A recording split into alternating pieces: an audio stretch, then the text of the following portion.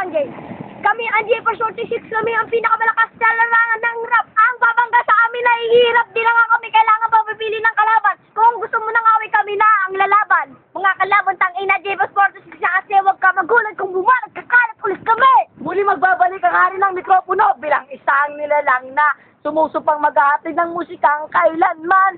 Dahil di makakalimutan at inaalay kahit kanino man. Patuloy lang sa sulat ng tulang, sumusulat, gumugulat sa basta pampamulat ng aking mata.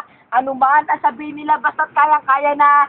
Ito ang simula ng aming mga nagawa. Tuloy-tuloy na to at walang titigil. Ngayong taon ang pagkakataon para itapon ng daga sa dibdib at itapon. Ito na ang huli na aming nagawa. Dito na rin magtatapos bilang isang nilalang na sumusupang mag-aapit ng musikang kailanman. Dahil di makakalimutan at inaalay kahit kanino man. Patuloy lang sa sulat ng tulang, sumusulat, gumugulat sa basta pampamulat ng aking mata. Ano man ang sabihin nila, basta't kaya-kaya na.